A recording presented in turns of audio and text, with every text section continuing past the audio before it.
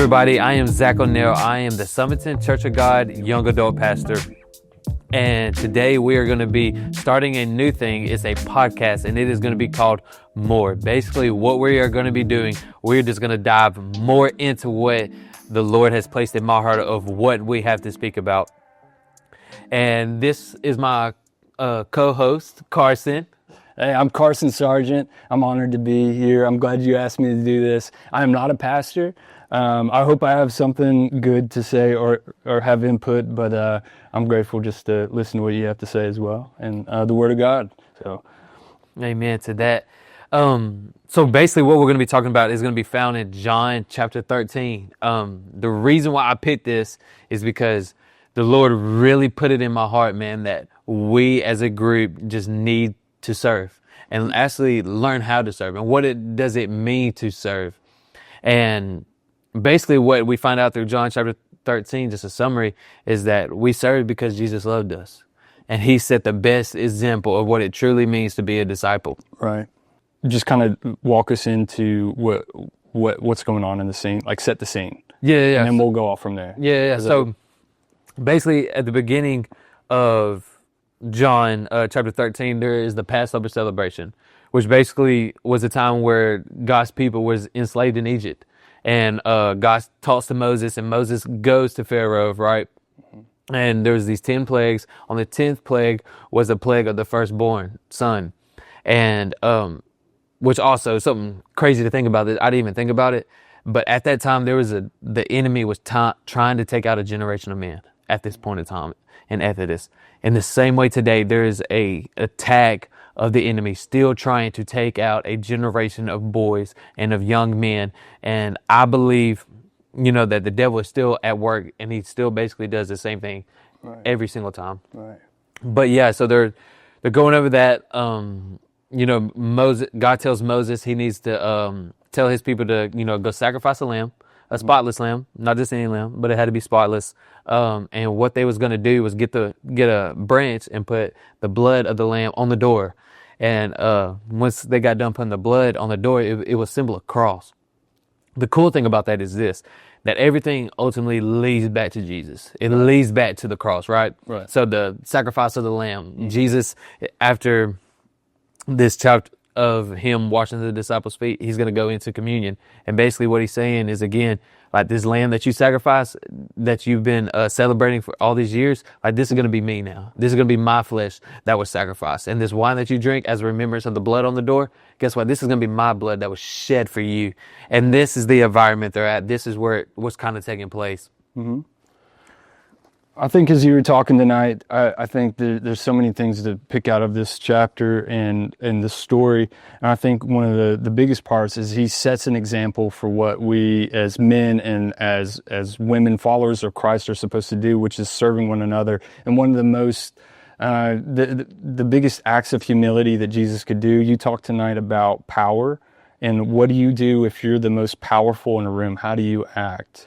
And so you want to expound on that? Yeah. So basically, in John chapter 13, it tells us that God has already given the power to Jesus, right? His hour has already come, and God has already revealed these things to him. Mm-hmm. So Jesus at that moment knows that he holds the most power in the room, that everything that the Lord has been withholding, now he don't withhold no more. So now Jesus knows everything. Mm-hmm. There's times in life where we feel like we're in charge, right? And for example, like, some people say, like, especially young adult and college group, they'll be like, well, I've never been the most powerful person in the room. Like, they're getting that feeling, but like, have you ever held the remote with your family watching TV? Right. Has anybody ever asked you where you wanted to go eat? At that point, you do. And still at the same time, you still have a choice to make to serve the people around you. Like, for example, if I was to hold the remote while me and my wife are watching TV, I can choose to go watch football, or we can go watch Reba, something that she would rather watch. Yeah. In the act of serving, in the act of loving, I should do what she would want, right? I should die to myself and choose ultimately what she would want to do. But sometimes, man, we all struggle. And that's the point I wanted to make. At the same time, Jesus knew that he had all the power. He still humbled himself, right? He put on servant's clothes. He humbled himself and served his disciples. Yeah. I think a way to think about power is it is such a diverse word, but it's like doing something. I think that power can mean doing something that you don't have to do. You have the power to not do that. So in terms of service, like if you're saying like somebody who doesn't have power, they say, I've never had power. If you wake up and you're able to eat, you have something that somebody does not have. If you have someone to talk to or someone who loves you, that is some type of power. And that's what you're talking about as well. Sure. It's not just, a grippling power. You don't have to think that power is like, I have to have some kind of authority. It is having something that somebody may not have, or having some type of blessing. Correct. And because you have that, you don't necessarily have to do anything because you already have it. Mm-hmm. But choosing to help other people who don't is a form of power and service in that way. Correct, yeah. See, one thing that always bothered me is that we have the same, like Jesus said that we're even going to do greater things than he did, right? When he left, when he was ascended back to heaven and the disciples were asking him questions, right? At the same time, the power of not doing anything can also lead into darkness, right?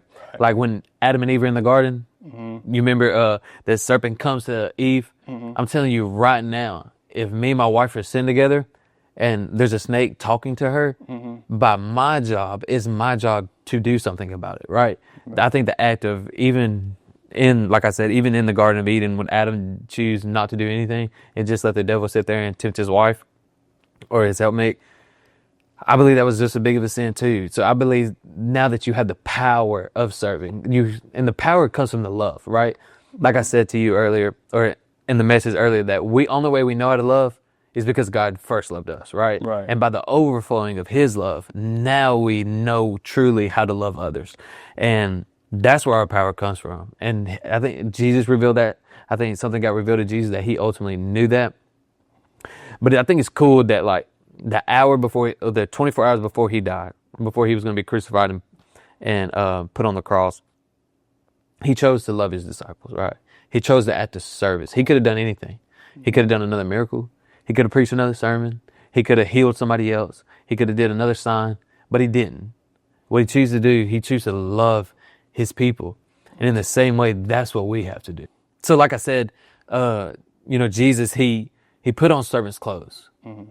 Sometimes people don't know what that looks like. You know what I mean? Mm-hmm. And there has to be opportunities given to young adults or even given to anybody mm-hmm. about what it truly means to serve, right? And what it truly means to be a disciple. So for me, putting on servant's clothes, for me, I don't know what it looks like for you, but for me, it's praying about my pride. Man, there's a lot of times, like I said in the message, that it is easy for me to get up and pray. Mm-hmm. It is easy for me to get up and to spread the gospel. That's easy. Mm-hmm. And I can make it short, I can make it sweet, or I can make it long, and I can make it driven. You know what I mean? And for me, the act of service and the act of pouring love into people, I have to pray about it. Because my pride kicks in, man, and it's like something that's telling me that you're the reason why all this has happened, and I'm not giving glory where glory is coming from. You know what I mean? Mm-hmm. So for you, what does it look like for you? Yeah. I think that with service, there's covert and overt forms of it. There's classic like waking up and helping the food drive that they do here. Yeah. Going and helping the schools, volunteering. Those are these outward expressions of service. And I think for the longest time, I'm like, man, I'm like so busy. I can't make these service projects. I can't make these things that are called service. And I think that service can come in a multitude of ways and in smaller ways too, such as just being nice and being present, like in normal interactions, going to a gas station. Right? If I see somebody, I don't know them, but if I feel in my spirit that I'm supposed to say something or I can tell something's bothering them, I'll take a step I'll try my best at least to take a step to make them feel seen or that, I don't know, you can share love in ways that, in many different ways, and using the gifts that God has given you as a person, discernment or whatever it may be. Service can come in multiple ways like that. I think. Yeah. One thing that always gets me is like being here with y'all. There's so many opportunities for us to serve, and going to this church, going to some of the Church of God. There's always going to be something going on that you can serve on, whether it's kids ministry, right? Whether if it's young adult ministry, youth. We got food bank, like you said. And then on the other note, we do stuff even in our young adult room setting that still serves people. Like, for instance, like last Friday, like I told you, I went to Brookside school, and I just read to kids, and I Yeah. allowed them to read back at me. But when I was there, the service was these kids don't get to hear how much they're loved. Right. They don't hear every day how smart they are, and when they get done reading, third grade words, and I tell them, "Wow, man, you're so smart. You did so great," and I'm pouring love to them the same way Jesus did to us, right? Yeah. In doing that, they start smiling. They're happy. Yeah. And one of the best parts about them in verse 17, it says, "Now that you know these things, God will bless you for doing them." What I learned through serving here recently, especially, is that the blessing, man, is just in the obedience. It really is. Like, I didn't come home after doing that and all my bills be paid. You know what I mean? Right. I didn't come home and all my worry was gone. I did not come home to my wife just, with a cooked meal and like everything was perfect. That's not what happened. But when I was doing it, seeing those kids' reactions, seeing, the Lord really working, and the obedience is just being in line with God, right? Right. It has nothing to do with what you are doing. It's just that you're finally in line with God, and that's where the blessing comes from. I mean, it is exciting to serve, and I love it, man. I do. Yeah. So one thing that's coming up that I cannot wait for, this is huge, is because I know in our small group we've been talking about, there was a mentorship program, right, that we learned about.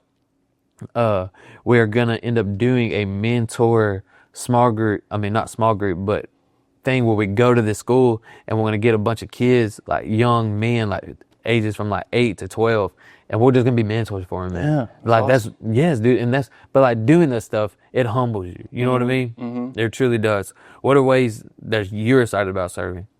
I think, I don't think of it this way. Yeah. I'm told. I'm a guitarist. Yeah. I love playing on Wednesday nights for the youth, and then playing on Sunday mornings at church.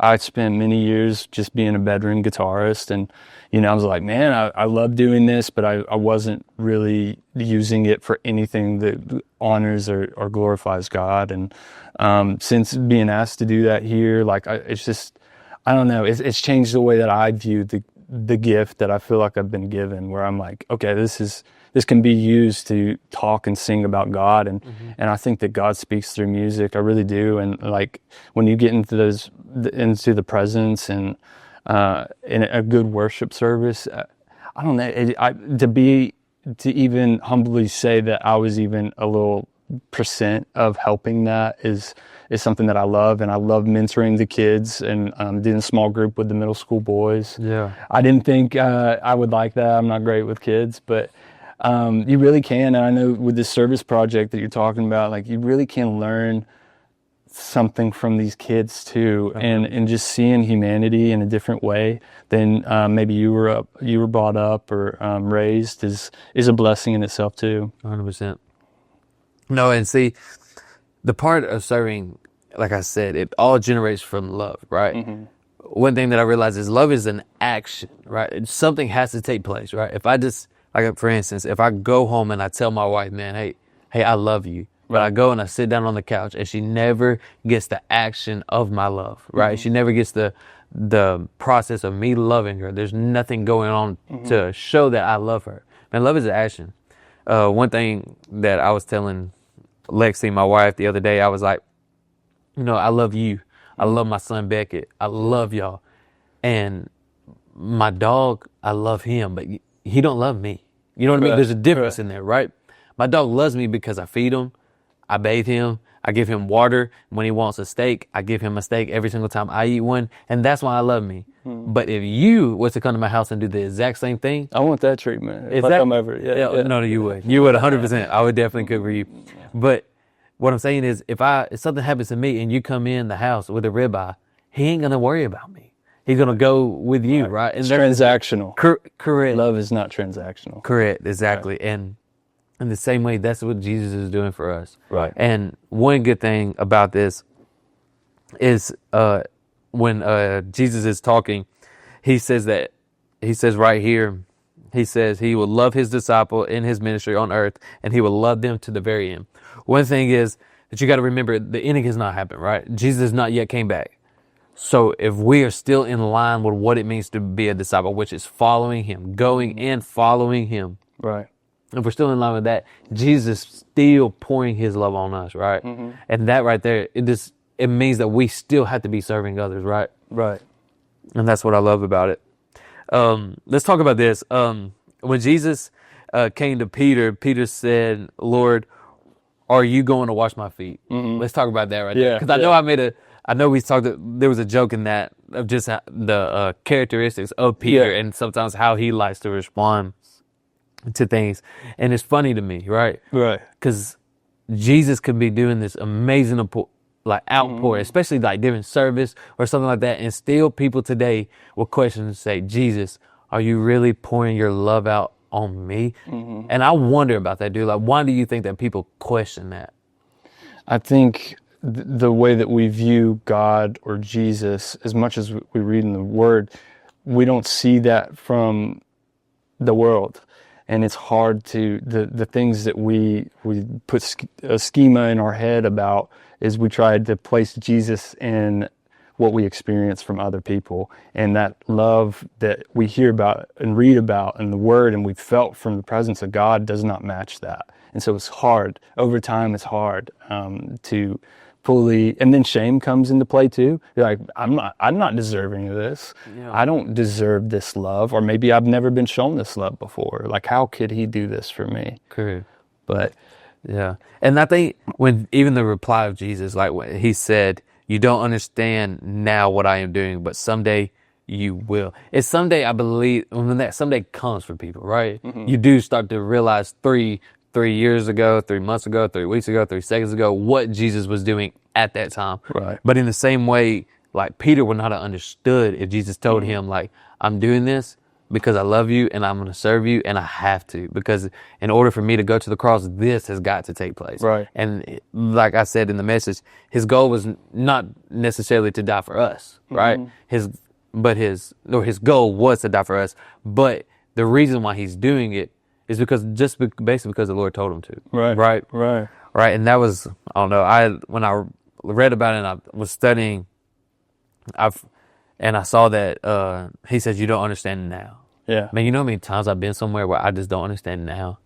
And the feet, and it's in the process of feet washing. Feet washing, for me, would feel uncomfortable, right? So it's in things that just feel uncomfortable. Yeah. It sometimes can be disgusting, right? In my disgusting situation that I'm in life, I do not understand why I'm in it. Right. And I feel like Jesus speaks to me when I was reading this, and he was like, you don't understand what I'm doing right now, but later on you will. Yeah. And I'm ready. Like, whenever that later on comes, I'll pray that my heart is ready for that. You know what I mean? Yeah.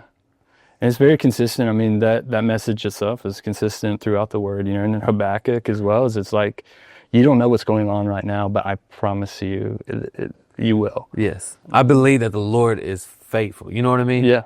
And I believe he's more in the restoring business. He's more in the being faithful business than he is more than almost anything else. And I love that about him. One thing that Peter does too, he says, because it's kind of like what we do, right? Like when the Lord is going to begin to bless you, right? You sometimes get in the feeling that you want more, right? So Jesus is just washing the disciples' feet. Yeah. And he takes it on a whole nother level. He's like, Lord, don't just wash my feet, wash my hands, wash my head, do that. And Jesus is saying, he was like, if you are my disciple, you're already clean internally, but your feet are dirty. And so that's what he was saying. In the same way, I believe that he's still talking to us in that frame, right? Because we are his disciples. If we're going and we're following him, truly we are his disciples, right? But oftentimes what happens is on our go, our feet gets dirty, man. And we need that love. We need that pouring of Jesus back on us to refresh us, to cleanse us. And that's what Jesus was doing. Yeah, he's foreshadowing what is about to happen to him and us as a people, not just the disciples, but, what he is about to do on the cross is cleansing us, 100%. Is going to be cleansing us. I think I'd never even thought about it until you brought that up tonight, what he's talking about there. I'm just like, okay, these are just dudes, being weird and, not knowing what's going on. Yeah, and one thing, like getting down here, where Judas betrays Jesus, right? Right. Let's go into that. the crazy thing is, man, Jesus was always there, and he was present. Like I told y'all, like he was at the feeding of the 5,000 when that sign took place. He was at the wedding of Canaan. He went, and he saw all the same things that all the other disciples saw. But what was the difference? And beginning to read about it, like I said, the other reference, the same story in another passage of Matthew 20, where all the disciples, or where Jesus asked, they're asking Jesus, like, hey, is it me, Lord? Another disciple, hey, is it me, Lord?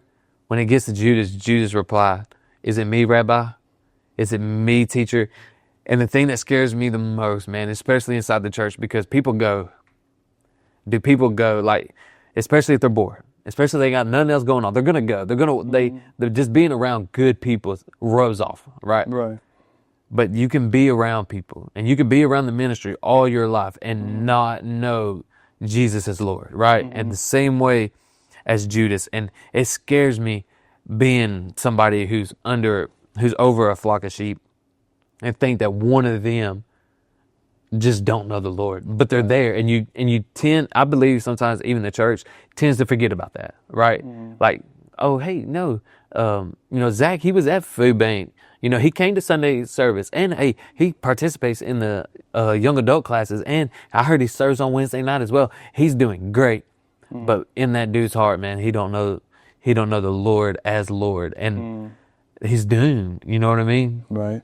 But I think there is hope that is spoken in the same chapter, in the same story here, is that he washed Judas's feet, knowing what he was going to do, and it's never too late. And you're never in a place where I think we can put ourselves into each person who speaks in this chapter.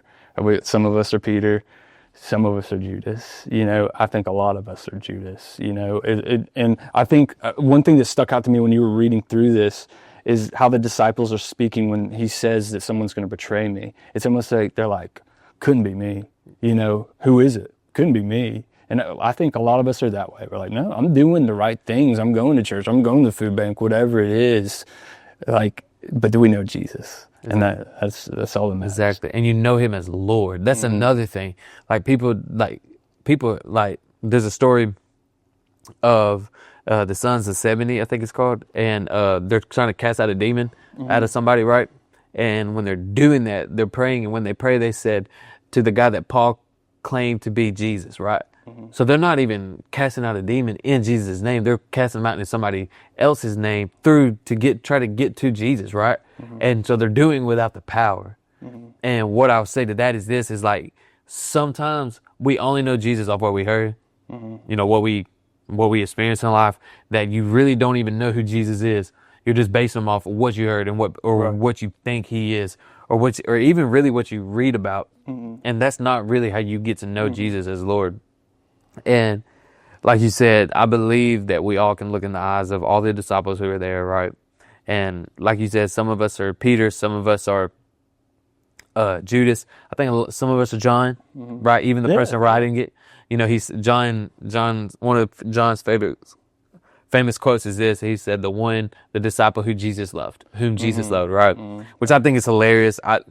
John writes this. This is in the book of John. Like, I can't wait to get to heaven one day. And, ask him, like, hey, Jesus, what's this about? Is this truly what you called him, the one that you loved? Right.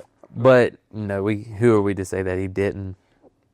And let's get into this, man. I think this is one of my favorite things right here, where it says that Jesus is talking about before he talks about Peter's denial, right? So it's above him, and he's going to say this. He's going to say, "Dear children, I will be with you only a little longer, as I told the Jewish leaders where I am going. So now I am giving you a new commandment. Love each other just as I have loved you. You should love each other. Your love for one another will prove to the world that you are my disciples."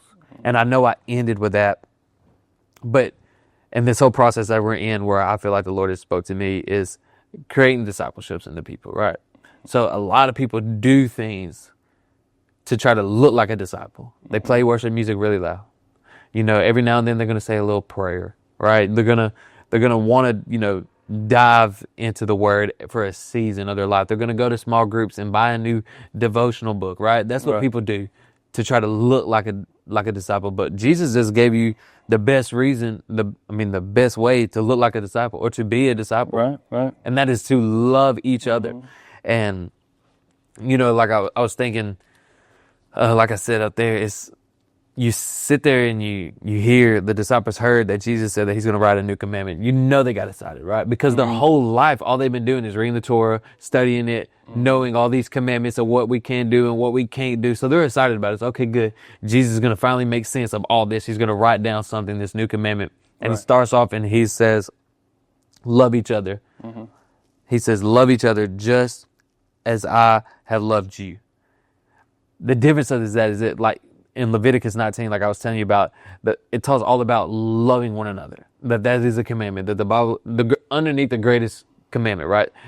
What is the greatest commandment? Teacher, love your Lord your God with all your heart, with all your soul, with all your mind. Right underneath that is, and love your neighbor as yourself, right? So if you know that and how important it is, Jesus is going to make even another divine appointment to prove to him, like, to show your love just as I have loved you, right? So just as I was in the service, we brought up some ways, like I said, that we as a young adults can serve. And I know Lauren got up and she told things that how we can serve inside her school and stuff. And man, I'm so excited. I know that the Lord is calling us to serve. What I want people to do is realize that serving is only because Jesus serves you.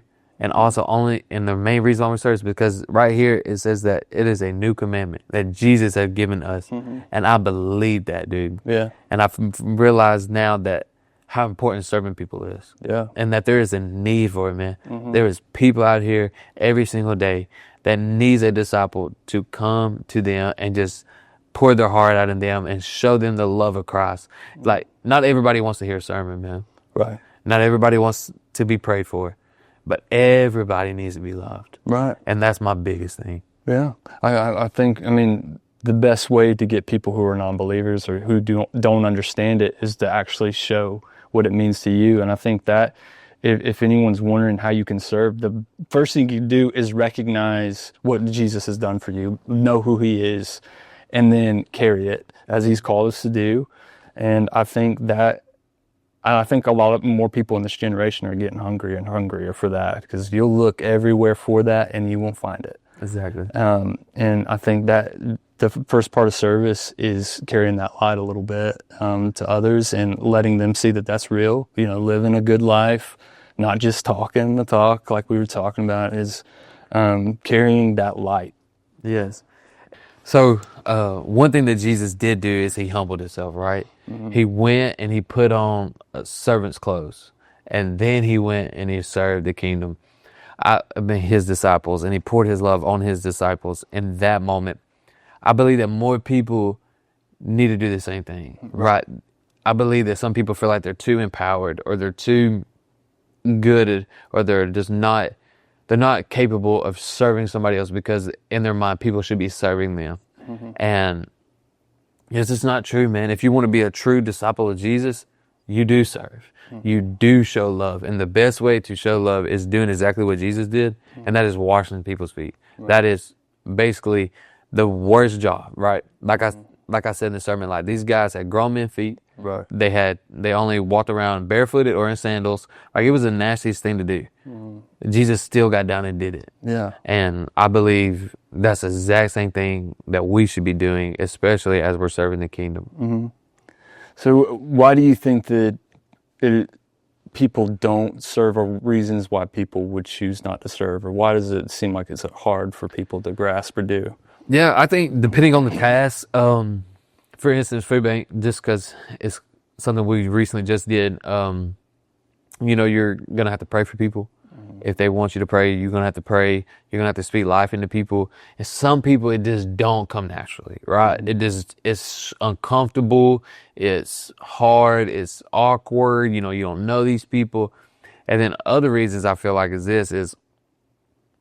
they just don't humble themselves, basically. Like, they feel like they're too good to show the love of God by serving people, right? And that's just scary, man, because you end up thinking about, like, what would Jesus do for me? Like, how did he serve me? Well, he died for you. And you mean to tell me you think you're too good to go and take out trash inside the church? And everybody wants to lead a small group, right? Everybody wants to stand up and preach. Everybody wants to say a prayer after in the service, right? Everybody wants to do those things. But when it comes to taking out the trash, they hide. Or when it comes to putting up chairs after a function, they run away. And you start noticing of the same servants inside the church who have to stay late and do all these things, but everybody else has already gone and left. And that's just not showing the same love that Jesus showed. You know what I mean? Right. I think we kind of talked about this in our men's group Sunday, is like it requires something that is not easy to serve. And I think if you don't have a strong relationship with God, or you haven't really felt the love of Jesus or humbled yourself, you kind of become your own God in a way, and it becomes this power struggle of, I can figure this out myself, I can do things for myself. And maybe you're a person who you've never had somebody do something for you. So you're like, okay, I don't even have empathy for service because I don't know what that is like for that to happen to me. And that's why this story is so important. It's like, hey, yes, you have. Somebody named Jesus has already done something you would never do. Nobody you know would ever do for you. Is the biggest example of being humble. And I think that's why it's so tough, is it's all about me.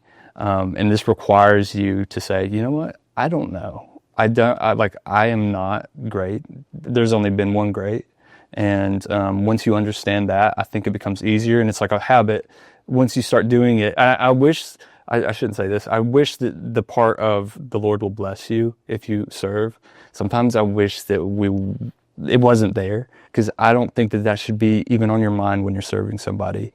Exactly. It's just once you do it, the blessing comes in forms that it's like, oh, I'm not getting recognition. Oh, but the heart that you feel when you do something for a kid, or you help at this food bank, it's sweet. It may not be as sweet as the world would say a reward is, or a blessing. So. Well, yeah, it's not about you. You know what I mean? And right. In the same way that, like I said, that when Jesus died on the cross, it was for you. It just wasn't about you, right? And I believe that a lot of times in active service, we feel like we do things because it's about us. It's about how we feel. We want to do it, like you said, because it makes me feel good. No, that's not why you do it. Like, you do it mainly because you're trying to show the love of Jesus, right? But also you do it because there's hurt people, and there's broken people, and there's people that actually need help. And if you want to be a true disciple of Jesus, like Jesus says, you serve and you love. Yeah. Like, that's what you do. And it's more of a heart condition than it is anything. And I think people get it confused to where they believe, like, I don't know, man, it's such a hard topic to talk about, because I don't suffer when not serving. You know what I mean? And a lot of it is what you're raised in. If you've been handed everything to you in life, it's kind of harder for you to dwell in what it means to truly serve. And then also, man, if you never received love growing up, and sometimes it's hard to receive the love of a father, or especially the Lord, and understand what it truly means to be loved. And I think, like you said right here, Jesus is giving us the best example of how he is still, again, because he says to the very end, and it's not the end yet, Jesus is not here yet, so he is still pouring his love on all of us who go and they follow him. Right. Yeah, man, I think this was good. Don't you? Yeah. Dude, I enjoyed it. I enjoyed it. And I hope y'all did too. We will be back next week on our next thing of this new series we're doing called Go And. The reason why it's called Go And is because we're called more than just going. Judas went, he went. People go all the time, and they do not do the process of making disciples. And also, they do not do the thing of just following Jesus. And that's exactly what we're going to impact in the Word. All right, man. Well, it's a pleasure having you, man. Well, I'm going to pray. We'll dismiss us. Is that good with you? Yeah. All right. Dear Heavenly Father, we come before you, Lord. Father, we just thank you foremost for who you are. God, we thank you for this environment of what you have called, God, that we can impact the ministry in all different types of ways. God, we thank you for that. God, I ask that you bless us as we go. And in Jesus' name I pray. Amen. Amen.